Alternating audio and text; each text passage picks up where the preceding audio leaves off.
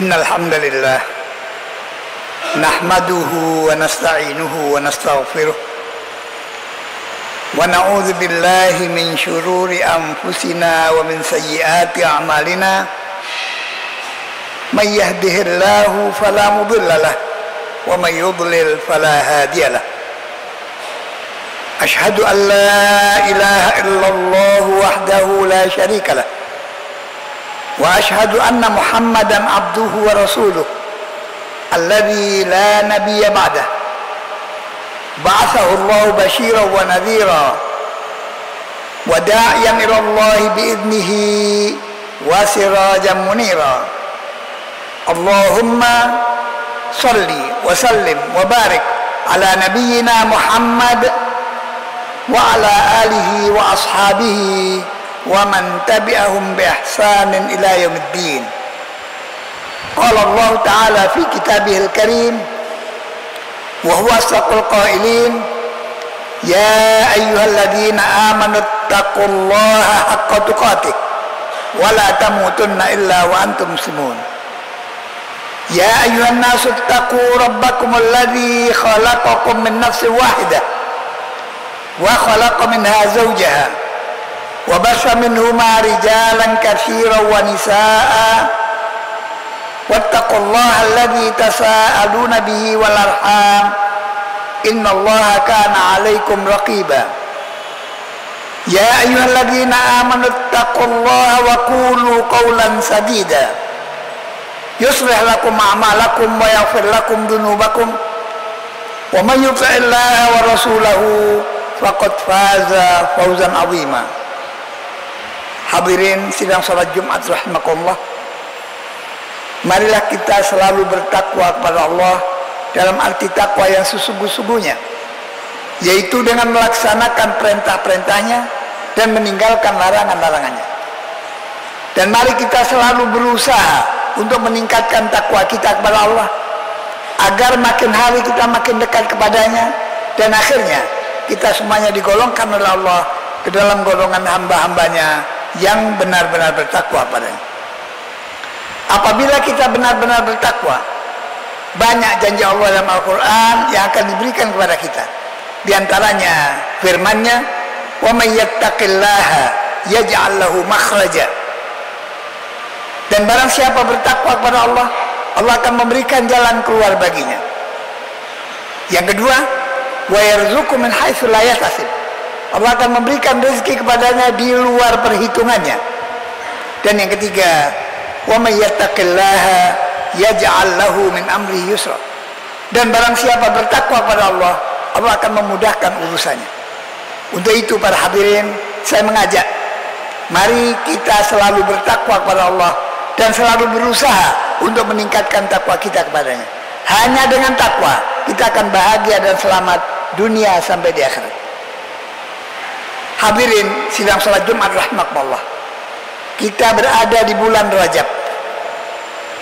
Pada 15 abad yang lalu, Allah Subhanahu wa Ta'ala telah mengutus hambanya Muhammad sallallahu alaihi wasallam untuk mengadakan perjalanan minal Masjidil Haram minal Masjidil Aqsa, dari Masjidil Haram di Mekah ke Masjidil Aqsa di Palestina.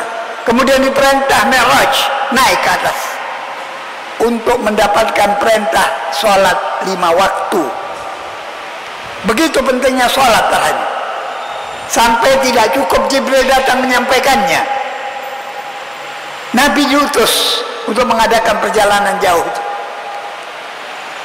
Kalau zakat, puasa, haji, cukup Jibril datang menyampaikan wahyu pada Nabi, tapi sholat tidak.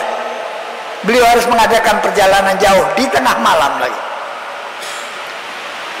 Untuk itu, mari kita perhatikan perintah sholat ini. Jangan kita jangan kita lengah dengan sholat ini. Kita utamakan sholat ini, karena Nabi sendiri beberapa saat sebelum wafat beliau menyampaikan 2 wasiat. As-shalah wa ma malakat aimanukum. Jaga sholat, dan jaga budak sahaya menjadi milikmu. Hadirin, di zaman kita sekarang banyak orang yang sembrono dalam masalah sholat. Dalam surat Maryam ayat 59 dan 60 Allah berfirman, "Fa khalafa min ba'dihim khalfun adha'us shalah wattaba'us syahawat fa sawfa yalqawna ghayya." Setelah generasi yang baik dia panggil oleh Allah, digantikan oleh satu generasi yang punya dua ciri. Adha'us shalah, pertama mereka menyia-nyiakan sholat. Ada kesibukan sedikit ditinggal sholatnya. Ada urusan bisnis sedikit ditinggal sholatnya. Ada urusan duniawi sedikit ditinggal sholatnya. Dan yang kedua, wattaba'u syahawat, dan mereka mengikuti pelampiasan nafsu. Kata Allah, fasawfa yalqawna ghayya, mereka akan menuju kepada kehancuran. Karena itu para hadirin sekalian, sekali lagi saya mengajak, mari kita jaga benar-benar sholat kita. Tidak asal sholat. Mari kita perhatikan, ada 5 kriteria yang ingin saya sampaikan pada khutbah hari ini, yang perlu kita perhatikan di dalam masalah sholat. Pertama, mari kita perhatikan syarat-syarat sholat. Syarat-syarat sholat adalah segala kewajiban sebelum kita mengerjakan sholat. Kalau kita penuhi syarat ini, tidak sah sholat kita. Pertama, mengetahui tentang masuk waktu sholat. Jadi kita tidak boleh sholat zuhur sebelum masuk waktu zuhur. Tidak boleh mengerjakan sholat subuh sebelum masuk waktu subuh. Masuk waktu sholat. Kemudian yang kedua, suci dari hadas kecil dan hadas besar. Kalau hadas kecil kita berwudu, kalau hadas besar kita mandi. Firman Allah dalam surat Al-Maidah, "Ya ayyuhalladzina amanu idza qumtum ila sholati faghsilu wujuhakum wa aydiyakum ilal marafiq wamsahu bi ru'usikum wa arjulakum ilal ka'bayn wa in kuntum junuban fatahharu." Wahai orang-orang beriman, apabila kalian akan mendirikan sholat, maka basuhlah muka kalian dan kedua tangan kalian sampai siku-siku, usap kepala kalian dan basuh kedua kaki kalian sampai kedua mata kaki. Apabila kalian dalam keadaan junub, bersucilah, yakni mandilah. Ini syarat yang kedua. Kemudian syarat yang ketiga, suci badan, suci pakaian, dan suci tempat sholat. Jadi kalau kita akan mengerjakan sholat, mari kita siapkan badan kita bersihkan kalau ada najasah. Tempat sholat kita bersihkan, pakaian kita juga demikian. Ya ayyuhalladzina amanu khudzu zinatakum 'inda kulli masjid. Wahai orang-orang beriman, ambillah perhiasanmu, pakaianmu tatkala kamu akan melakukan sholat. Kemudian yang keempat, menutup aurat. Kita sudah tahu batas-batas aurat kita, batas-batas aurat wanita. Di waktu kita sholat, kita wajib menutupnya. Dan yang kelima, kita diwajibkan menghadap kiblat selama kita tahu arah kiblat itu. Jadi kalau kita tahu arah kiblat ke sana, kita sholat ke arah kiblat ke arah yang lain, tidak sah sholat kita. Bagaimana kalau kita di satu tempat yang kita tidak tahu arah kiblat, kita tanya kepada orang di situ. Kalau tidak ada yang tahu, boleh kita menghadap kemana saja. Fa aina ma tuwallu fa thamma wajhullah. Kemana saja kamu menghadapkan mukamu, berarti kamu menghadap pada Allah. Setelah itu, dalam sholat ada rukun-rukun sholat, yaitu setiap kewajiban yang harus kita kerjakan selama kita sholat. Pertama, berniat. Nabi mengatakan innamal a'mal binniyat. Tidak sah sholat kita tanpa niat, dan niat letaknya dalam hati. Yang kedua, berdiri bagi yang mampu. Kalau kita mampu sholat sambil berdiri untuk sholat fardu, kita wajib sholat sambil berdiri. Nabi berpesan, sholli qa'iman, sholatlah kamu sambil berdiri. Fa illam tastati' faqaidan. Kalau kamu tidak sanggup berdiri, sholatlah sambil duduk. Fa lam tastati' fa ala jambin. Kalau kamu tidak sanggup duduk, sholatlah sambil berbaring. Ini menunjukkan bahwa sholat tidak bisa ditinggalkan selama kesadaran kita masih ada. Kalau puasa, kita diberi izin oleh Allah. Faman kana minkum maridan aw ala safarin fa iddatun min ayyamin ukhra. Barang siapa di antara kamu sedang sakit atau sedang bepergian, tinggalkan puasa, gantikan dengan puasa di hari lain. Sholat tidak. Selama kesadaran kita masih ada, kita wajib sholat. Tidak bisa berwudu, kita tayamum. Tidak bisa berdiri, kita duduk. Tidak bisa duduk, kita berbaring. Begitu pentingnya sholat. Jangan digampangkan. Kemudian yang ketiga, mengucapkan takbiratul ihram sebagai pembuka sholat. Jadi sholat diawali dengan takbir dan ditutup dengan salam. Itu namanya sholat. Kalau kita belum membuka sholat kita dengan takbiratul ihram, kita belum dikatakan sholat. Dan kalau kita belum menutup sholat kita dengan salam, belum selesai sholat kita. Takbiratul ihram. Kemudian yang keempat, membaca Al-Fatihah. Dalam Al-Fatihah penuh dengan doa para hadirin. Sampai dikatakan oleh Allah, qasamtus sholata baini wa baina abdi qismain. Aku bagi sholat, yakni Fatihah, antara aku dan hambaku menjadi dua bagian. Sebagian untuk aku, kata Allah, dan sebagian untuk hambaku. Apabila seorang hamba mengucapkan Alhamdulillahirabbil alamin, hambaku memuji kepadaku. Terus Ar-Rahmanir Rahim sampai dengan Iyyaka na'budu wa iyyaka nasta'in. Tatkala seorang hamba mengucapkan ihdinas siratal mustaqim, ini untuk hambaku, kata Allah, dan untuk hambaku apa yang dia minta. Karena itu mari kita bersungguh-sungguh di dalam mengucapkan atau membaca Al-Fatihah. Kita mengerti artinya supaya meresap di dalam hati kita. Kemudian yang kelima, rukuk dan tumakninah. Rukuk kita membungkuk sampai dua tangan kita menempel pada lutut kita. Jangan terlalu ke atas di paha, jangan terlalu ke bawah, di lutut tempatnya.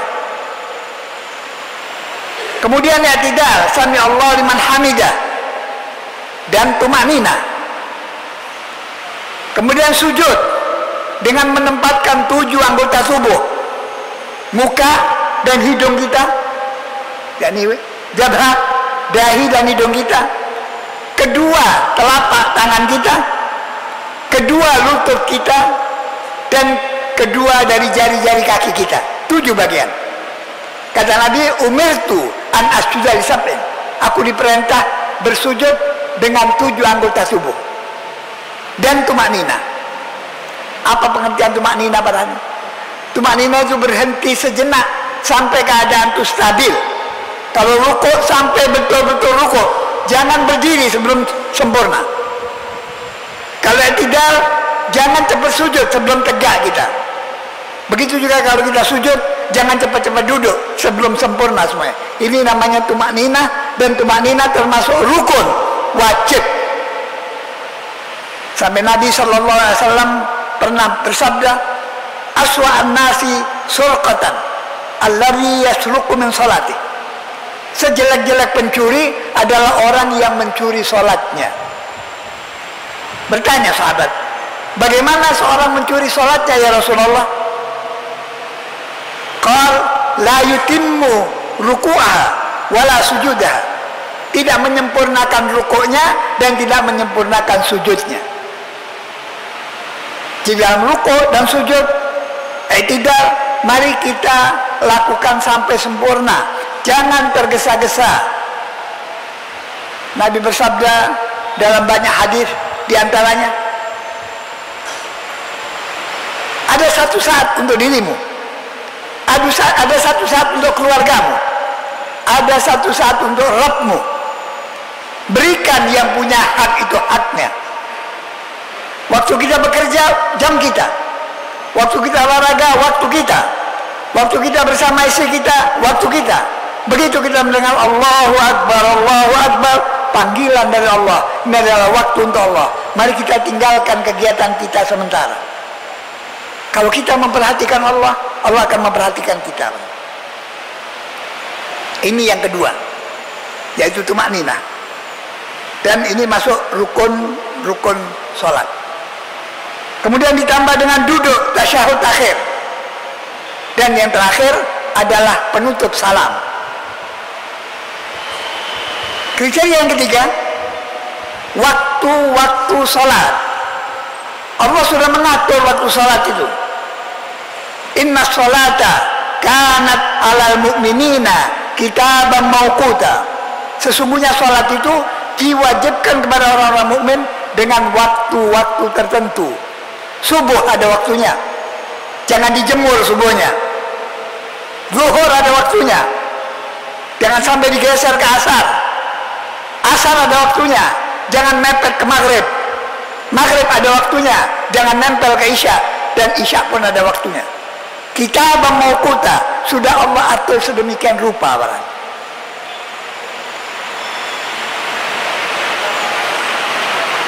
Kemudian yang keempat, cara mengerjakan sholat.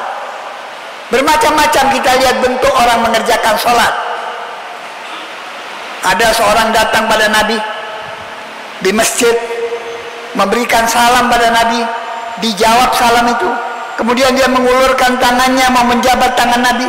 Nabi mengatakan, "Shol, fa innaka lam tusolli." Sholatlah, kamu belum sholat. Orang itu mengulang lagi sholatnya. Datang lagi pada Nabi, tetap dikatakan, "Shol, fa innaka lam tusolli." Sholatlah, kamu belum sholat. Sampai 3 kali. Orang itu mengatakan, "Ya Rasulullah, aku tidak bisa berbuat seperti lebih baik daripada ini. Tolong bimbing aku." Diajarkan sholat oleh Nabi. Nah sekarang ini kita banyak melakukan sholat dengan sembarangan, sembrono lagi. Padahal ada tuntunan semua dari Nabi. Mari kita sholat yang sungguh-sungguh para hadirin. Jangan tergesa-gesa dalam sholat. Sampai-sampai dikatakan kalau kita ada rasa hajat, mau kencing misalnya, maaf, kita disuruh kencing dulu, jangan sholat dulu. Jangan sampai kita menahan kencing di dalam sholat, supaya sholat kita tumakninah, supaya sholat kita baik.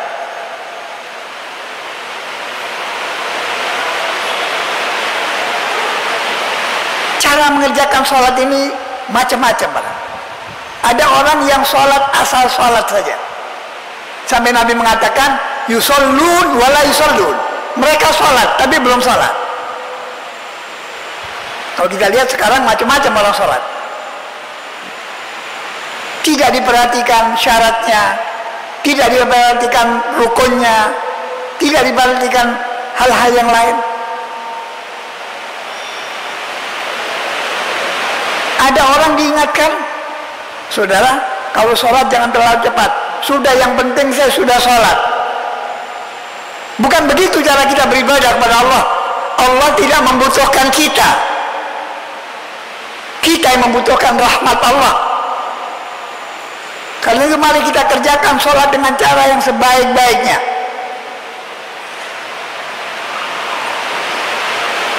Belum tentu kita sholat yang akan datang masih hidup. Kita anggap sholat kita sholat yang terakhir. Kalau kita masih hidup, alhamdulillah. Kalau tidak, kita sudah bisa mengerjakan sholat dengan baik. Kriteria yang kelima, yang terakhir, khusyuk dalam sholat. Ini diletakkan yang paling akhir karena paling sulit perhatian. Khusyuk, konsentrasi itu paling sulit. Kenapa saya katakan demikian? Karena kita punya musuh yang hebat sekali, yaitu iblis dan anak buahnya. Kata Nabi, apabila terdengar suara azan, syaitan lari terbirit-birit dari masjid. Kemudian selesai azan, balik lagi syaitan. Terdengar suara iqamah, dia mulai menyiapkan gangguan-gangguan kepada orang-orang yang sedang sholat ini. Karena itu sebelum kita bertakbir, kita tidak ingat apa-apa. konsentrasi kita. Begitu Allahu Akbar, yang pedagang ingat perdagangannya, yang pekerja ingat pekerjaannya, yang lagi tamasya ingat keindahan tempatnya.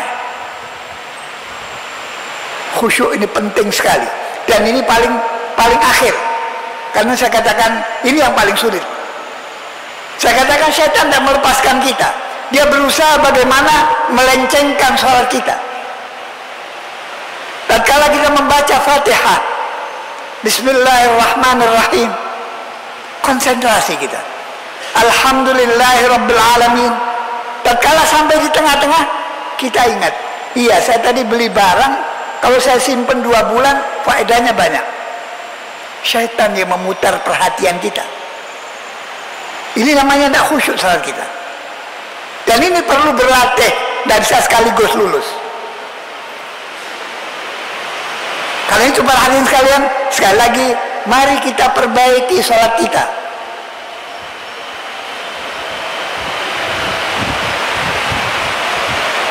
Kalau tadi pada ayat yang saya bacakan, banyak orang yang menyia-nyiakan sholat, bukan meninggalkan sama sekali. Kalau dia sempat dia sholat, tidak sempat dia tidak sholat. Dianggap sholat itu bukan kebutuhannya dia. Kalau tadi saya katakan, ada yang mengatakan pokok saya sudah sholat. Ini seakan-akan dia tidak memerlukan sholat. Sholat yang memerlukan dia, seakan-akan demikian. Padahal sekali lagi, Allah tidak membutuhkan kita. Perlu kita ingat ini. Allah sudah menyediakan 2 tempat, surga dan neraka. Surga bagi yang taat, dan neraka bagi yang melanggar. Kita yang mesti minta pada Allah Rahman, minta kasih sayangnya, minta kemurahannya. Karena itu mari kita jaga sholat kita. Kalau kita lihat amal kita sekarang, yang nampak tinggal sholat para hadirin. Yang lain-lain puasa setahun sekali, zakat setahun 2 kali, haji seumur sekali. Sholat yang kita kerjakan tiap hari. Mari kita usahakan sholat kita hari ini lebih baik dari yang kemarin, dan untuk sholat besok lebih baik daripada hari ini. Kalau sama, rugi kita. Ini saya sampaikan untuk kita semuanya, termasuk saya yang berbicara. Mari kita perbaiki sholat kita. Kita tingkatkan cara mengerjakan sholat kita. Dan di dalam menentukan waktu sholat tadi, supaya kita mengerjakan sholat tepat pada waktunya, mari kita kerjakan sholat-sholat itu dalam berjamaah. Jangan sholat sendiri. Ada yang mengatakan sholat jamaah itu sunnah.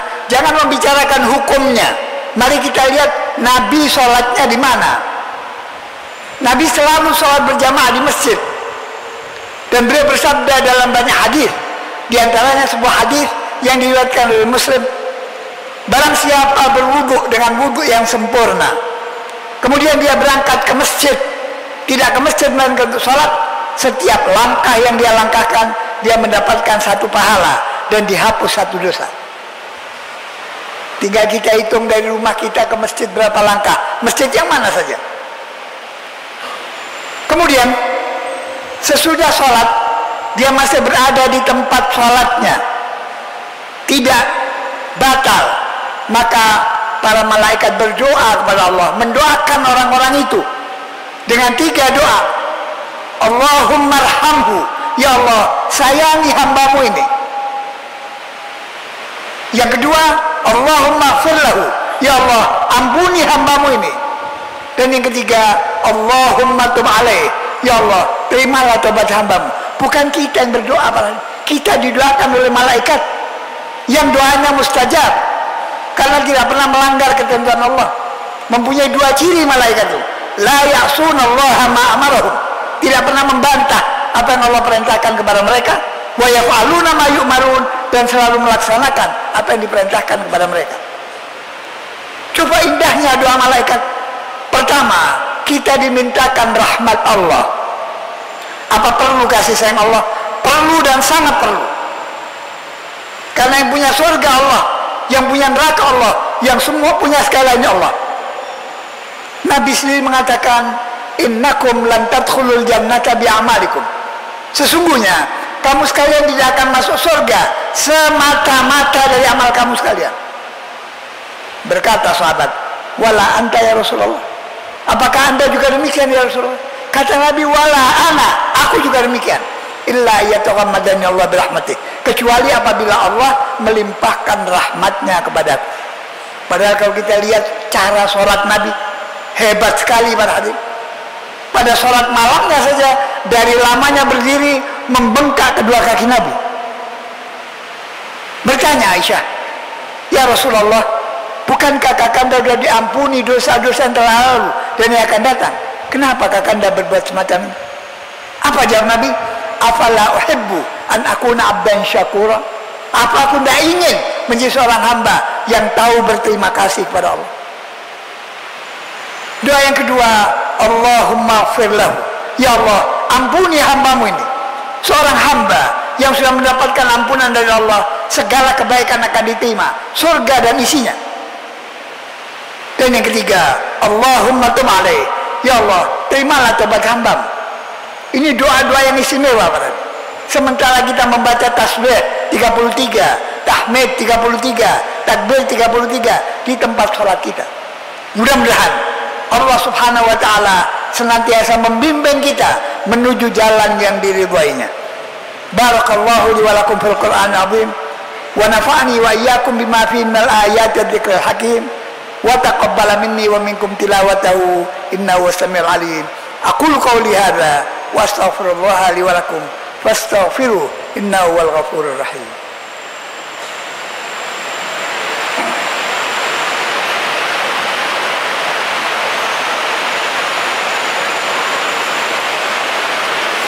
Alhamdulillah alladzi arsala rasulahu bil huda wa dinil haqq liyudhhirahu 'ala ad-dini kullihi walau karihal kafirun. Asyhadu an la ilaha illallah wa asyhadu anna Muhammadan abduhu wa rasuluh.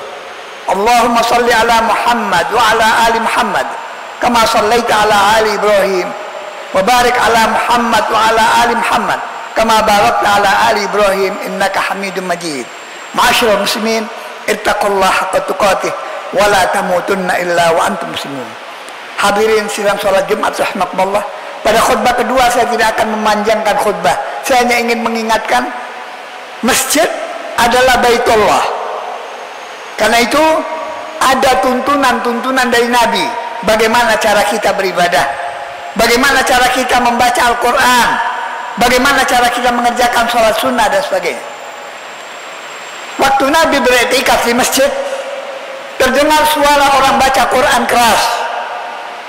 Nabi sempat membuka tabir dan mengatakan, rendahkan suaramu, jangan mengganggu saudaramu. Karena itu kalau kita di masjid baca Quran, cukup kita dengar sendiri, tidak usah keras-keras suaranya. Allah Maha mendengar, supaya kita tidak menyalahi ketentuan Allah dan Rasulnya. Allahumma ighfir lil mu'minin wal mu'minat wal muslimin wal muslimat al-ahya'i minhum wal amwat innaka sami'un qaribun mujibud da'wat wa qadil hajat. Rabbana zalamna anfusana wa illam taghfir lana wa tarhamna lanakunanna minal khasirin. Ya Allah, ya Tuhan kami, ampunilah dosa-dosa kami, dosa-dosa ibu dan bapak kami, dosa-dosa segenap muslimin, baik yang masih hidup maupun yang sudah meninggal kami. Ya Allah, ya Tuhan kami adalah hamba-hambamu yang banyak melakukan dosa, ya Allah. Kami banyak menganiaya diri kami, ya Allah. Tidak ada yang bisa memberikan ampunan kecuali Engkau, ya Allah. Ampuni kami, ya Allah. Rahmati kami, ya Allah. Sayangi kami, ya Allah. Hanya ampunanmu yang dapat menyelamatkan kami dunia sampai di akhirat. Rabbana atina fid dunya hasanah wa fil akhirati hasanah wa qina adzabannar. Walhamdulillahi rabbil alamin. Aqimus shalah.